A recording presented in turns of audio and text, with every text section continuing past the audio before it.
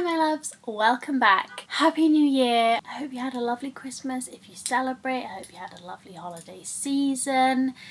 I hope you had a good new year. I am feeling really excited about 2023 and just feeling good at the moment, so that's a rarity for me in January. I don't like January very much, but the best bit about January is rounding up last year's books. So today I've got my November and December books for you, and then next week I should have my best books of 2022 for you, which is one of my favourite posts to do.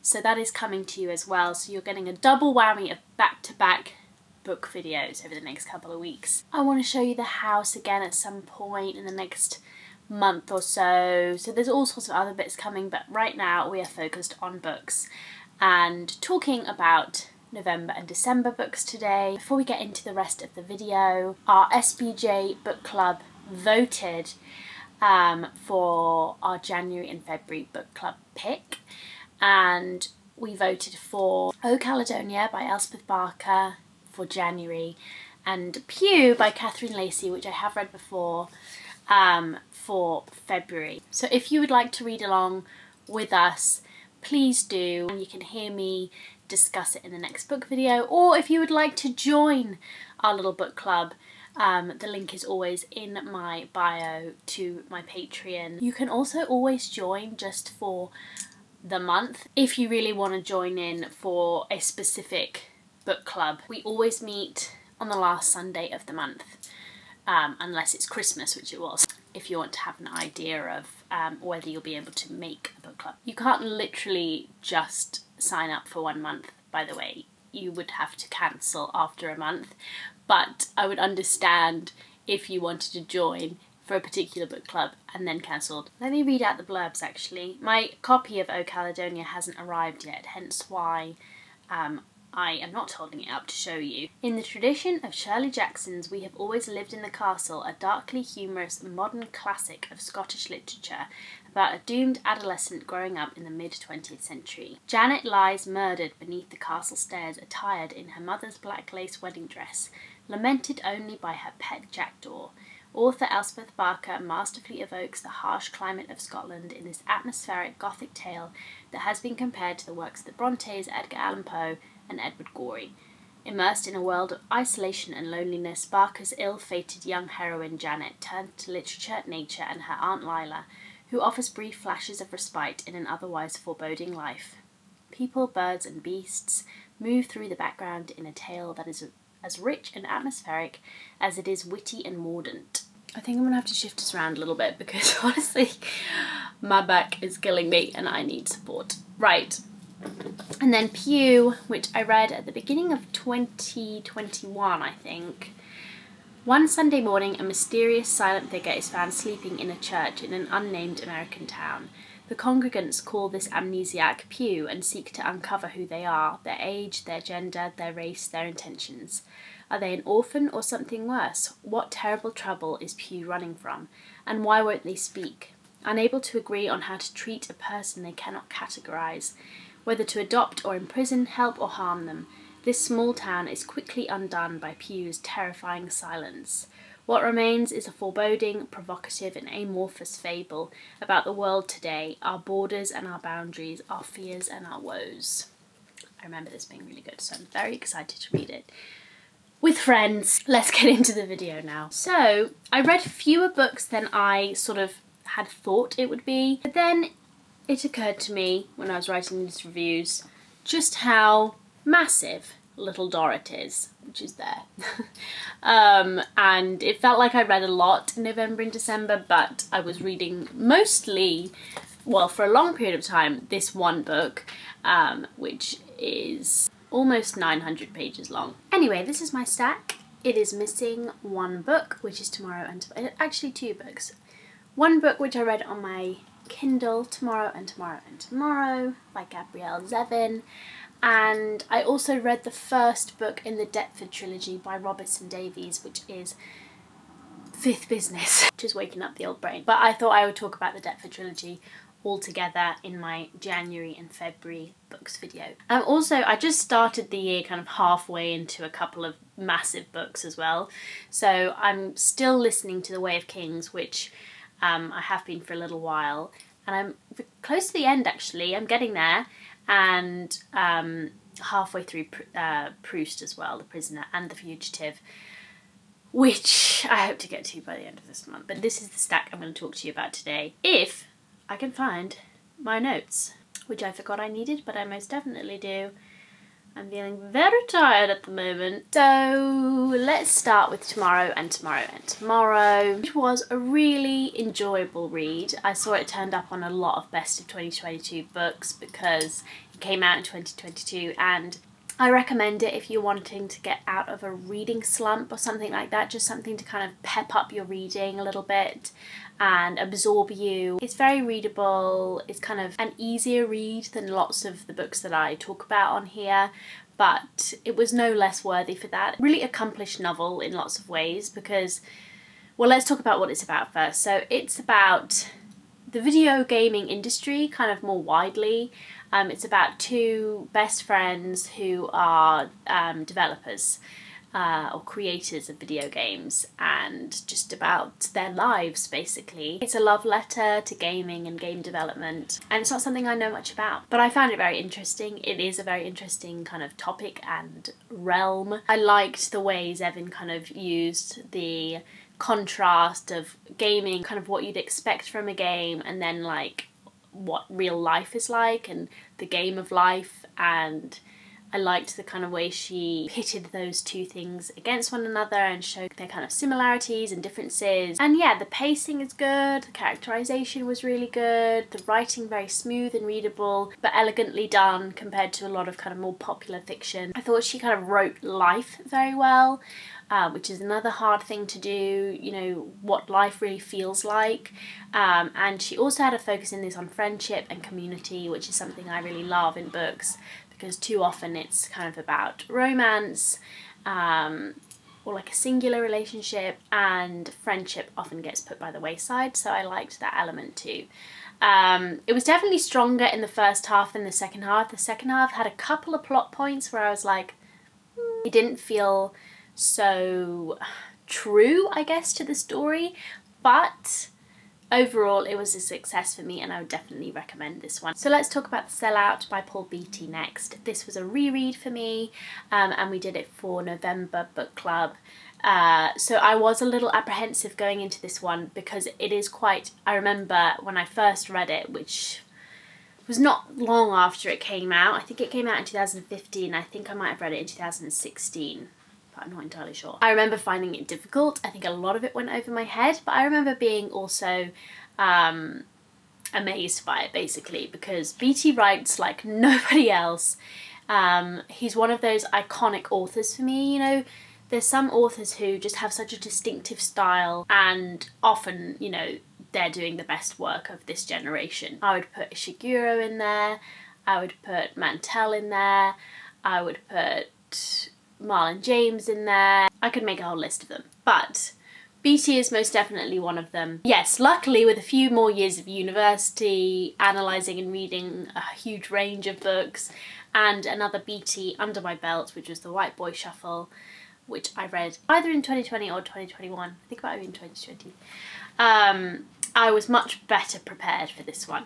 And I also sat down at a computer and read it because I wanted to prepare for book club, obviously, and that I was Googling references as well to make sure I kind of filled out the book, because his books are really filled with a lot of references and it can help you appreciate the book a little bit better if you have a good grip on them. Like for this one, having a good grip on Black American history is very, very useful, and also just American stuff, so like the judicial system, that kind of thing is quite useful when approaching the Sellout. But what's this book about? So it's pretty controversial on purpose. The protagonist ends up reinstating slavery and segregation, kind of on purpose, kind of accidentally, in his community in LA, which has recently been kind of written off the map. And unsurprisingly, he ends up in the Supreme Court about it. Yeah, I don't think you would find many authors writing about that, but Beatty is completely unafraid to look difficult things in the eye, both in terms of the grand structure of this book and also just every sentence, basically. It's shocking on purpose. It's funny, satirical, witty. You know, the prose is going to turn your head inside out. And I think he handles the topic really, really well. I think it makes the reader confront issues of racism in America. And I think this book is very much of its time because it was written kind of at the start of the burgeoning Black Lives Matter movement, but probably we would say compared to now, people probably more likely to claim they were kind of colourblind or they didn't see race in 2015 than they would be now. You can feel it's very much of its time and things have changed since its writing. But yeah, he's unafraid to kind of bring out the racism in American culture despite all attempts to kind of hide it and put it out of view. So that is why he chooses such a kind of controversial plotline. And it is so successful in its aims by doing that. You know, it achieves them in a really interesting kind of inside out sort of way. I really enjoyed it. I mean, there's no doubt this man is a genius. I don't know how this comes out of someone's head, honestly. And I have got Paul Beatty on my list to finish his work this year. He's written 4 novels, so I've got 2 more to go and I would love to read them both this year to give me the full scope of his career, I guess. I know he's a poet as well. Yeah, White Boy Shuffle was his first novel. This is his most recent. Hopefully he'll write another soon. Right, Little Dorrit by Charles Dickens. Slowly, I am working my way through Dickens's work as well, and this one has been languishing on my shelf for many, many years. So I'm so glad to have finally read it, and we did a little buddy read for it on the Patreon. What did I make of Little Dorrit? I don't think it's my favourite Dickens. The only one I've read semi-recently was David Copperfield, which I'm actually going to reread this month by listening to it, because that's another of our buddy reads. But that I read at the beginning of 2020, so few years ago now, but that was kind of semi-recent, and I've read quite a lot before that, before I started writing book notes and stuff as well, so my memory is not so great. But I did prefer David Copperfield, I think, over this one, and I don't think it's my favourite kind of overall, but all of his, well, at least all of his late novels are enjoyable. You know, this is him at the pinnacle of his career. He is just undoubtedly a fantastic writer, and there was lots and lots to love in here. So it's about Arthur Clenham. He returns to England after a long stint in China, working with his father on their business there, and he returns to London, and he wants to give up the family business. His father's died, and he wants to give up the family business and just pursue his own life, basically. And he ends up coming into the acquaintance of the Dorrit family, who are living within, well, at least the father is imprisoned within the walls of the debtor's prison, the Marshalsea, and most of his family kind of live with him there, which was the way of things at the time. So if you got into debt, they'd chuck you in prison, but they would put you up and your family. And so Charles Dickens's father experienced this, and so he's writing from a kind of very personal place here. The theme of imprisonment is big in here, not just the kind of literal prison, but in general, and all the different ways one can be in prisons, and I think he does this theme very well. There's also quite a lot of political stuff in here from the time, socio-political stuff. You know, he is a little didactic, you can't deny it, but I do love him for it still. There are quite a few good laughs in here. His character-based comedy is so good. His political satire is so good. There's a lot of fun jokes and stuff going on in here. Some amazing characters which just crack me up. One of the members of the Dorrit family is the youngest daughter, who is the titular Little Dorrit, and it kind of focuses sort of on her and Arthur, really, they're the two main characters. You know, by modern standards, she's not a great character. You know, she is the self-sacrificing, meek, charitable Victorian woman, and you know, she's physically childlike, you know, all of that sort of stuff, which is just not going to appeal that much to, I don't think, to most modern readers, but I think contemporary readers would have really loved her. So you're missing that aspect a little bit here, because I don't think you're supposed to find her kind of annoying. Also, this definitely felt kind of more, I want to say, like, quiet than some of the other big books. It's more focused on like little moments, this one, than I can remember other books. It is obviously, I mean, it's long. He obviously was kind of eking out his pay by writing more chapters for serialization. So it is long. It does drag a little bit from time to time, and the denouement in this book is just a little confusing and not the best example of his bringing together a big cast of characters, because there is a big cast of characters in here. I don't think there were too many threads left unfinished, too many red herrings that are made too much of, and yeah, I don't think he successfully kind of brings the plots together as well as he does it in other books. But I would recommend. I mean, I just love Dickens. I really do. Okay, from the biggest book to the shortest book. This is The Giant O'Brien by Hilary Mantel. It is about the real life Charles O'Brien, or Charles Byrne, who was an unusually tall man, the giant. And he was from Ireland. He came over to London and kind of created a sensation, obviously charging people to view him. His body ended up being stolen essentially by a prominent surgeon at the time called John Hunter. He ended up in quite ill health because of problems that had caused his height. And he knew he was going to die, and he wanted to be taken back home or buried at sea. Can't exactly remember. But John Hunter, he was a big collector of unusual specimens, and he ended up stealing Charles O'Brien's body. This is Mantel's kind of fodder for this story, and she does a really gorgeous job of bringing it to life. She describes this book as kind of like a song that kind of just came out of her, fully formed basically, and I can see how it does sort of feel like that. It feels lyrical. It's very dark, by the way. There's some really dark things that happen in here. Please be warned. That's usually the way with Mantel, to be honest. I always feel Mantel's writing has a kind of rhythm to it, particularly the historical novels of hers that I've read. But if you think you can find that in Wolf Hall or Place of Greater Safety, it's even more kind of intense and compressed in here. So I would really recommend reading this one in 1 or 2 sittings, because I read some of it and then basically took a week off reading it. I can't remember what was happening, but I was busy.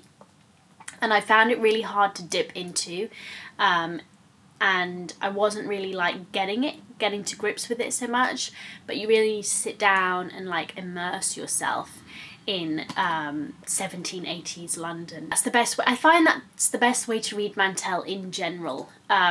She's one of those authors, because like I say, you need to find the rhythm of it, you need to find the thread of it, and you need to get into her voice, because once you're in her voice, then the world kind of opens up before your eyes. But yes, obviously the big themes here are kind of the poetic. So she posits the giant as this poet, a storyteller, and the Irish kind of art of storytelling, versus the kind of clinical science of John Hunter, who sees Charles Byrne as a specimen when really he's a human. You know, it's kind of the clash of these two things. Also the clash of those two kind of languages. John Hunter was actually a Scot, but it's also kind of about the Irish versus the English language. But yeah, it's a really, really lovely piece, and I really recommend it. So let's talk about these two together a little bit, briefly about this one. So we read 1,000 Acres by Jane Smiley for December Book Club. I read this quite a few years ago now. I remembered really enjoying it, but I was worried that my kind of more mature brain would not like it as much, but I liked it very much again and found it to be a real masterpiece again. And it is based on King Lear. So a few of us decided to read King Lear as well, and this sparked us into wanting to read a Shakespeare a month. So we are buddy reading a Shakespeare play a month over on the Patreon. I'm really looking forward to it because I really did enjoy the process of reading this. This month it's Hamlet. Super excited for that. But yes, I read King Lear, really enjoyed it. It just made me want to get up and declaim. You know, Shakespeare's language is just unmatched. It's so, so good. I read a fair bit of Shakespeare at school and I always enjoyed it. I know lots of people complain about reading Shakespeare at school. I always enjoyed it. I enjoy all the kind of ambiguities that you wouldn't expect to find in a piece of literature of this age. You know, he's always got the subversive elements in there, which I like. There's just so much food for analysis and thought in all of these plays. I actually need to like watch a version of this on YouTube. I think there's a really good one with Ian McKellen, which I want to watch. Is it messy and chaotic, especially towards the end? Absolutely. But it was very enjoyable. I can see why this one has such enduring appeal because, you know, I've never read this one or watched it. So I didn't have much familiarity with this play. But it made such a good... I wasn't sure like how helpful it would be or how much this book really leans on this one, or is it just like a very basic plot line that she picks. But she does actually use it quite closely, and she's also, I think, unpicking some of the problems of this original play, or almost like putting on a performance of it through this book. I loved it. I loved reading the two together. So if you do have the time and you want to read 1,000 Acres, I would recommend reading King Lear. But yes, I was impressed by this book for a second time. It is and isn't a feminist retelling of King Lear. It is most definitely a psychologically realistic take on King Lear, which I think brings out what's human in the original play and also what's Shakespearean about everyday life. I think they talk to one another really nicely. So basically she sets it in this farm in Iowa, and this successful Iowa farmer decides to divide his farm among his 3 daughters. So she tells it from the point of view of the oldest daughter, who is like an out-and-out villain in the original play, and she just draws you in to Ginny's world completely. And it was really fun reading it for a second time, not just because I had now read King Lear, but also because I could pick up on all the little seeds that she plants in the early parts of the novel as to where it ends up, which is a pretty big 180 from the beginning of the book. You know, the things that seem really innocuous in the early parts of the book and take on such different meaning in the light of what happens in the second half. Trigger warning on this one. I'll put the trigger warning on the blog post just in case you're not bothered and you don't want to know. This is a dark, twisted book. And it is shocking. Even though I knew what was going to happen, I was still shocked by it. So be warned.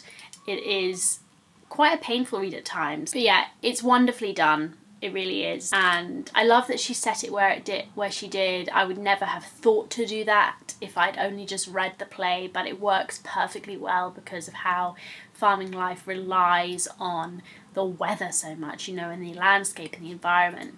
And in King Lear we have these big, huge storms which are really indicative of what is going on amongst the characters. So it just worked so well, and I highly recommend it.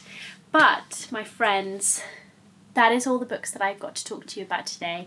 I will see you next week for my best of 2022, which I'm so excited to share. I think I had a really good reading year. I hope you will enjoy our book club picks, and I think that's everything. Thank you so much for watching, and I will see you again soon. Bye.